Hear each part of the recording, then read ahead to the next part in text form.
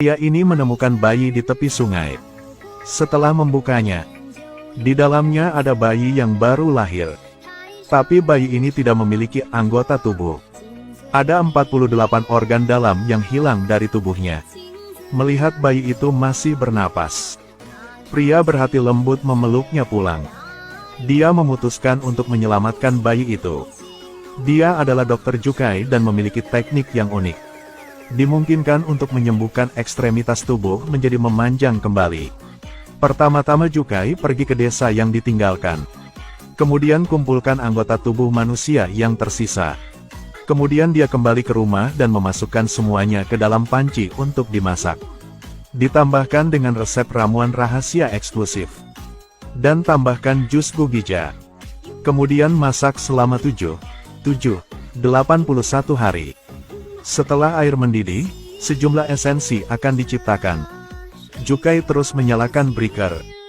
Di bawah aktivasi arus listrik yang kuat, sebuah hati kecil tercipta. Melihat hati kecil yang sedang berdetak di tangannya, Jukai sangat puas. Kemudian dia menggunakan metode yang sama lagi. Lanjutkan membuat organ selanjutnya untuk bayi itu. Kemudian dicangkokkan menjadi anak laki-laki utuh. Terus menyalakan breaker. Gunakan kekuatan sumber listrik untuk menghidupkan kembali bayi itu. Dia kemudian menamai bayi itu Hyakimaru. Karena organ bocah itu direbus dari sisa-sisa orang mati. Jadi Hyakimaru sering diganggu oleh hantu. Pak Jukai mengambil pisau untuk mengusir setan. Pasangkan ke lengan anak laki-laki itu. Dia juga mengajari bocah itu untuk melatih keterampilan pisau yang unik. Padahal Hyakimaru tidak bisa mendengar dan melihat. Tapi dengan kemauan yang kuat, Hyakimaru juga berlatih ilmu pedang sampai dia menguasainya. Dalam sekejap mata, 20 tahun telah berlalu. Hyakimaru juga sudah dewasa. Pak Jukai sekarang sakit parah. Sebelum meninggal dunia, dia mengungkapkan latar belakang Hyakimaru. 20 tahun yang lalu, Kagemitsu adalah jenderal yang kalah. Untuk mendapatkan kekuatan untuk menguasai dunia ini, dia memiliki perjanjian dengan iblis. Membawa 48 organ tubuh anaknya. Untuk dikorbankan kepada 48 setan. Sehingga bisa mendapatkan kekuatan yang tak tertandingi. Itu sebabnya Hyakimaru lahir tanpa organ. Hanya ada satu kulit terluar. Menatap sang ayah yang perlahan korup. Sang ibu diam-diam melepaskan Hyakimaru ke sungai. Semoga seseorang yang baik hati akan menyelamatkan bocah itu. Untungnya Dr. Jukai menemukan Hyakimaru. Setelah mengatakan hal-hal ini, Jukai menghembuskan nafas terakhirnya. Karena dia tidak ingin orang mengetahui rahasia ini di masa depan. Hyakimaru membakar tempat ini. Tepat pada saat itu, dia mendengar suara misterius. Suara itu berbicara kepadanya. Organ tubuhnya diberikan kepada iblis. Bunuh saja satu untuk mendapatkan satu organ kembali. Setelah memproses semuanya, Hyakimaru memulai perjalanannya untuk membasmi iblis. Ini juga merupakan perjalanan untuk menemukan tubuhnya. Segera dia mencapai sebuah bar. Ini juga tempat perhentian pertamanya. Penari di atas panggung sedang menari tarian setan. Tapi Hyakimaru sama sekali tidak keberatan menari. Dia menarik lengannya, mengungkap pisau pembunuh iblis. Kemudian melompat ke atas panggung. Tebas satu tebasan di topeng penari. Mengungkapkan wajah iblis yang mengerikan. Massa berteriak ketakutan. Hyakimaru mengeluarkan pedang pembunuh iblis lainnya untuk bersiap mengalahkan iblis. Iblis itu sekarang mengungkapkan wujud aslinya. Ternyata itu laba-laba. Kedua belah pihak bertempur selama 3 hari 3 malam. Iblis laba-laba itu akhirnya menikam Hyakimaru dengan cakarnya. Biasanya seperti ini, sulit bagi orang biasa untuk bertahan hidup. Tapi Hyakimaru bukanlah orang biasa. Luka di tubuhnya sembuh dengan cepat. Hyakimaru bertarung semakin sengit. Dia memotong kepala laba-laba dengan satu tembakan. Tepat ketika Hyakimaru hendak pergi, tiba-tiba dia terpeleset dan jatuh ke tanah. Kemudian kaki kanannya jatuh. Hyakimaru menggeliat di tanah. Tepat setelah itu, kaki kanannya memanjang secara ajaib. Di saat yang sama kaki yang jatuh juga perlahan menghilang. Ternyata saat dia lahir, dia kehilangan 48 organ tubuhnya. Setiap dia membunuh satu iblis, dia bisa mengembalikan satu organ ke keadaan semula. Dalam perjalanannya Hyakimaru bertemu dengan pendamping bernama Dororo. Hari itu mereka pergi ke tepi sungai. Tiba-tiba bayi raksasa muncul dari belakang. Iblis itu terus memanggil ibu. Merasakan sesuatu yang aneh, keduanya mengikuti bayi raksasa itu ke reruntuhan kuil. Ternyata bayi raksasa ini adalah tubuh yang terdiri dari banyak jiwa mati dari banyak anak. Kuil yang hancur ini adalah kuburan mereka. Karena perang, orang-orang di desa tidak mampu membesarkan anak mereka. Mereka meninggalkan anak mereka. Akhirnya anak-anak mati kelaparan. Jiwa mereka yang mati telah membentuk bayi raksasa di depan mereka. Hyakimaru mengucapkan selamat tinggal pada bayi raksasa itu dan melanjutkan perjalanannya. Di tengah jalan mereka bertemu dengan seorang saudagar kaya. Saudagar ini melihat bahwa hari sudah cukup larut. Jadi dia dengan senang hati mengundang mereka ke rumahnya sebagai tamu. Saudagar ini memiliki 7 anak perempuan yang identik. Mereka semuanya sangat manis. Tapi saat malam tiba, mereka sedang mendiskusikan cara memakan Hyakimaru. Ternyata mereka bukan orang biasa. Ketujuh putri itu semuanya berubah menjadi iblis yang mengerikan. Saat mereka sedang tidur, mereka menyelinap ke kamarnya diam-diam. Para iblis membungkuk untuk menonton dengan hati-hati. Saat hendak makan Dororo, Hyakimaru sudah merasakan kedatangan iblis.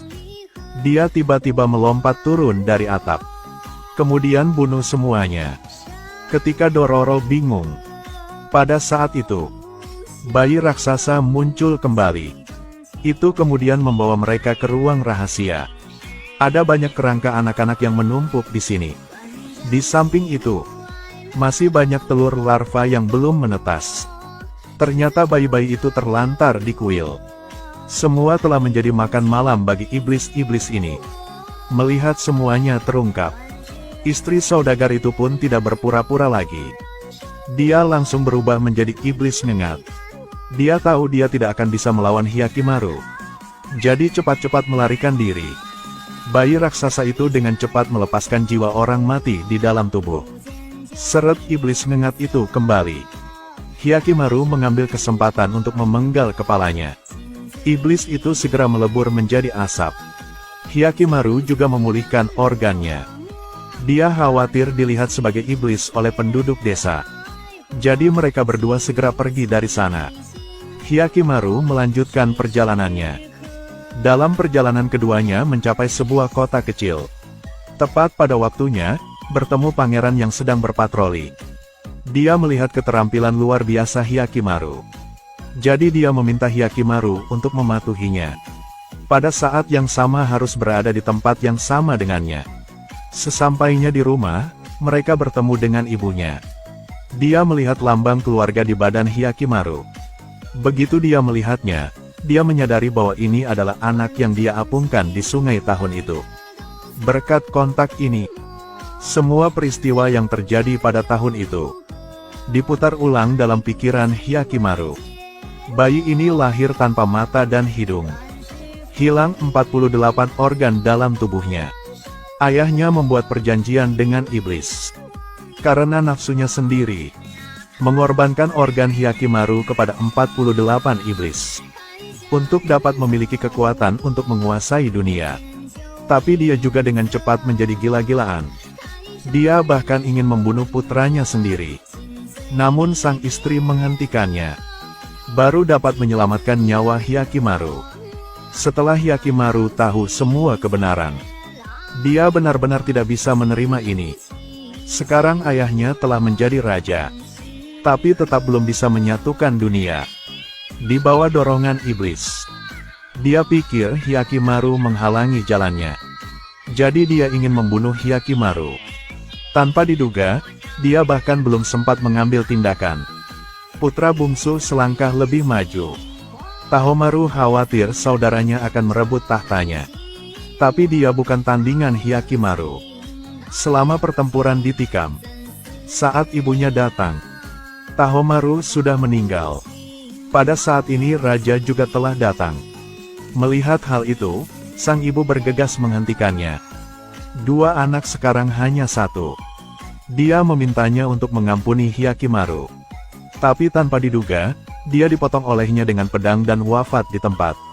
Lihatlah pria barbar di depannya. Hyakimaru sekali lagi mengangkat pedang pembunuh iblis. Dia bertekad untuk membunuh iblis dalam wujud manusia ini sendirian. Kedua belah pihak bertarung dengan sengit. Tapi pemeran utama masih memiliki aura pemeran utama pria. Hyakimaru segera menang. Hanya dalam 2 atau 3 pukulan dia melumpuhkan ayahnya. Tapi pada akhirnya, dia masih ayahnya. Hyakimaru masih enggak bisa mengambil tindakan. Saat itu, mayat adik Tahomaru tiba-tiba terangkat. Iblis telah memasuki tubuhnya. Kemudian dia meminta raja itu bisa menghidupkan kembali Tahomaru. Tetapi perlu menggunakan tubuh raja sebagai gantinya. Bahkan mungkin membantunya mengalahkan Hyakimaru. Lalu kuasai dunia ini. Raja langsung setuju. Tahomaru berhasil dihidupkan kembali. Tubuh raja juga berubah sekarang. Dia telah sepenuhnya berubah menjadi iblis. Tepat ketika dia hendak mengambil tindakan, raja menggunakan kesadaran terakhirnya. Kemudian dia mengangkat pedangnya dan menikam dirinya sendiri. Kali ini dia benar-benar tidak ingin berubah menjadi iblis lagi. Sebaliknya dia memilih ingin mati bersama iblis. Melihat ayahnya tidak bisa mengontrol dirinya, Hyakimaru segera melompat datang. Dia benar-benar mengalahkan iblis itu dengan gerakan pedang tornado. Setelah akhir, Hyakimaru telah menemukan hatinya kembali. Kemudian, Tahomaru memohon Hyakimaru untuk tinggal di sini dan memerintah negara. Tapi Hyakimaru menolak. Karena perjuangannya belum berakhir. Dia akan melanjutkan perjalanannya untuk membunuh setan. Sampai semua organ tubuh pulih kembali. Dia dan Dororo akan dalam perjalanan lagi. Apa yang menanti mereka adalah betapa mengerikannya iblis dan monster.